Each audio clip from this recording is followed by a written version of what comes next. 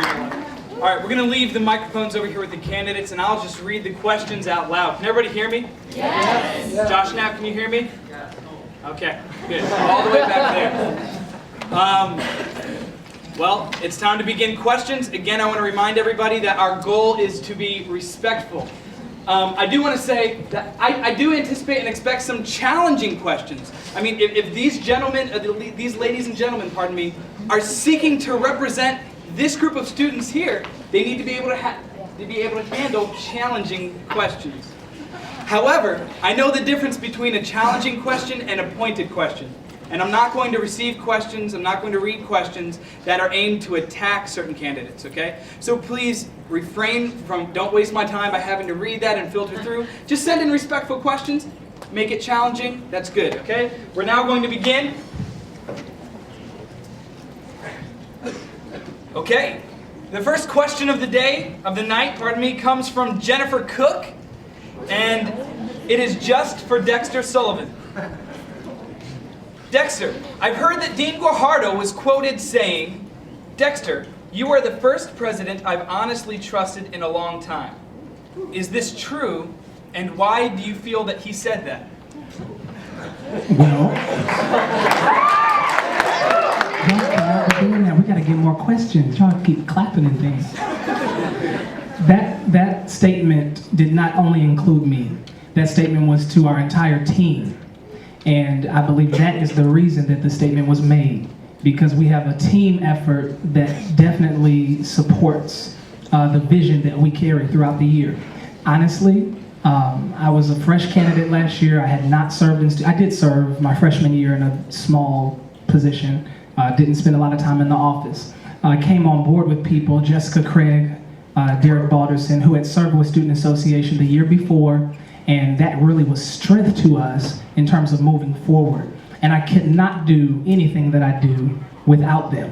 It's impossible. The team that is elected to lead the student body next year has to have authentic judgment in the decisions they make for that cabinet, because they are the ones that really run this school and run the student part of this school and help us get things done.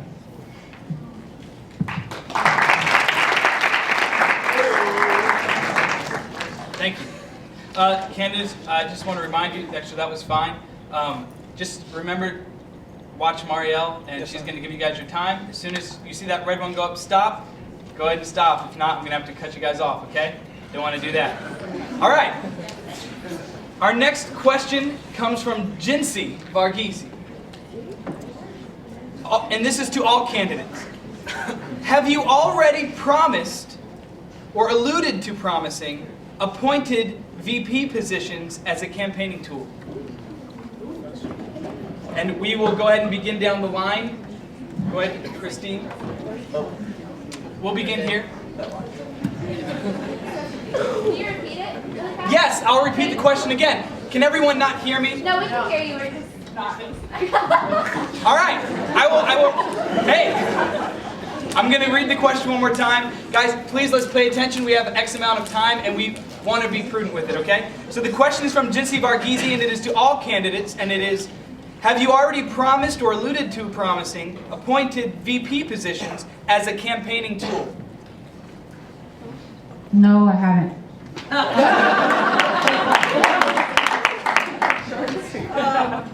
Well, I have to say the same thing. I think we are moving towards Chief of Operation and Chief, so VP is not going to be part of the executive team. But no, we have not. If we do get elected, we would like to set out applications and, have everyone come in and not really appoint, but just to have everyone that's interested to apply. So no.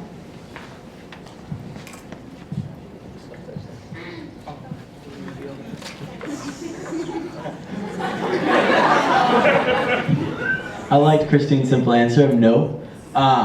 We are actually, the reason that we put that through as an executive committee this year is because we had struggles at times with working as a cohesive team, and we're actually going to hold interviews if we're elected. We're going to put out the job posting, show you the job descriptions, and get everyone who wants to apply, and we're going to pick the most qualified person who understands the mission and vision of Student Association. I've actually had people approach us. I know he's had people approach him about it. And I've said, I'd love for you to get involved in SA now. We're not promising you a position. We're promising you the opportunity to apply. And if you're the best one, then you'll be on. We hope that you have a heart for SA, and we hope that you prove that passion.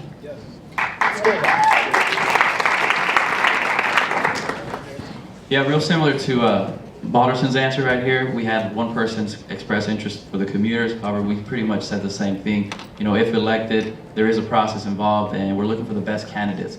So we also recognize that there's a current staff that may want to come back, and we value their skills, their talent, their expertise. And at the same time, we want to be very objective of how we select things and how we go about doing things, because we recognize that we need an elite team and on staff. You know, you can't have favoritism as much as they may be your friends. So that was pretty much our answer and our thoughts on that. Where is Jincy? I didn't see her. I'm sorry.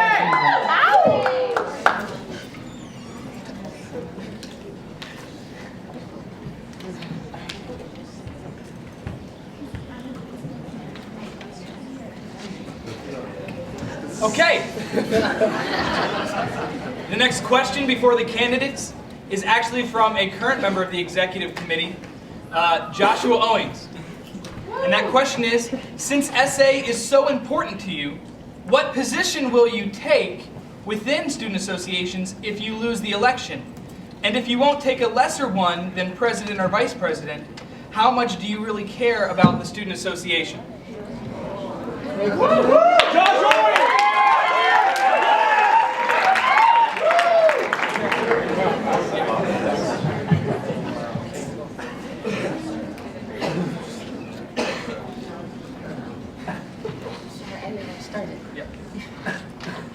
That was a good question, Josh. And I'll say, honestly, I've always wanted to be an SA. Since freshman year, I had a little minimal part, and I loved it. And I wanted to do it the next year, but I wasn't released. Now I feel like I'm released to serve an SA. If I do not get this position VP, I am willing to get any job. But I don't know right now if it would be an SA. I feel like I do have a minimum job right now. It may not seem minimal, but it is to me. I'm a chapel greeter, and I think that is a low job. A lot of people may not think it is, but honestly, like, I've been there for 3 years, faithful, and I think that's a good servant job, and so I'm willing to.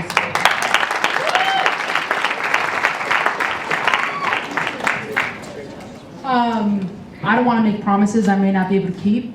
I don't want to say, yeah, I'm going to come, I'm going to serve in activities or marketing or finances.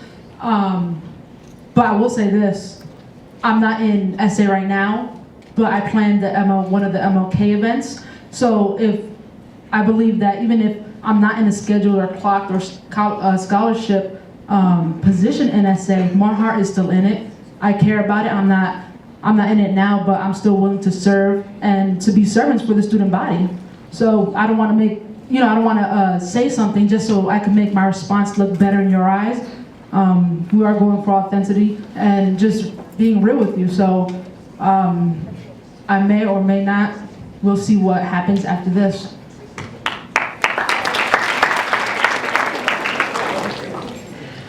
That is a Joshua Owens question. He would ask that question. If you know him, you know what I'm talking about. I believe that all of the candidates here are planning to win. So, no, I'm just kidding. I think it's a very valid question, and it speaks to a very big part of a person's character, and it's great. However, these are people that desire to lead in terms of vision, and I don't think that we can put bias on that and say, because you want to be the president, will you also be willing to serve in a different capacity, because that was not their original intention. Their intention was to lead a student organization. And so if that is your intention, I think that you should run full force and plan to lead. But however, we have put in a lot of work this year, and so that's why we want to serve again. I would definitely consider serving in a different position, but I think I'd be most effective doing what we're running for.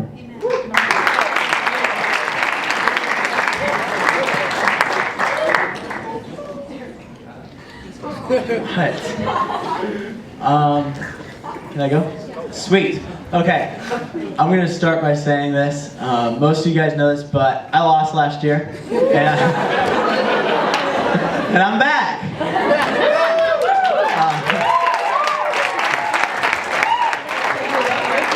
And if I lose this year, I'll be back.